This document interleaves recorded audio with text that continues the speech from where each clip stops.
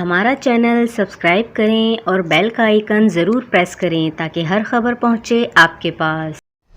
اور یہاں آپ کو ہم خبر سے آگاہ کرتے چلیں کہ بلوچستان کے ہائی کورٹ نے سینیٹر اعظم سواتی کے حق میں فیصلہ سنا دیا۔ اعظم سواتی کے خلاف کچلاک، حب سمیت 5 علاقوں میں مقدمات درج تھے۔ دوران سماعت جب تفتیشی افسر نے اعظم سواتی کا ریمانڈ مانگا تو جج ہاشم کاکڑ نے تفتیشی افسر کو کھری کھری سنا دی۔ کہا کہ دوسروں کی جنگ میں اپنا منہ کالا کیوں کرتے ہو؟ جہاں تقریر ہوئی وہاں ایک بھی FIR درج نہیں اور یہاں 5 FIR کاٹ دیں۔ اب اور کیا انویسٹیگیشن کرنی ہے؟ جو ریمانڈ دیا گیا وہ کیس بنیاد پر دیا گیا۔ اعظم سواتی کے مزید ریمانڈ کی ضرورت نہیں۔ عدالت نے اعظم سواتی کے خلاف بلوچستان میں درج مقدمات ختم کرنے کا حکم دے دیا۔ مقدمات کے خلاف درخواست اعظم سواتی کے بیٹے نے دائر کی تھی۔ عدالت نے اعظم سواتی کو رہا کرنے کا حکم بھی جاری کر دیا۔ واضح رہے کہ اعظم سواتی پر اسی کیس میں سندھ ہائی کورٹ نے 22 دسمبر کو رپورٹ طلب کی ہے۔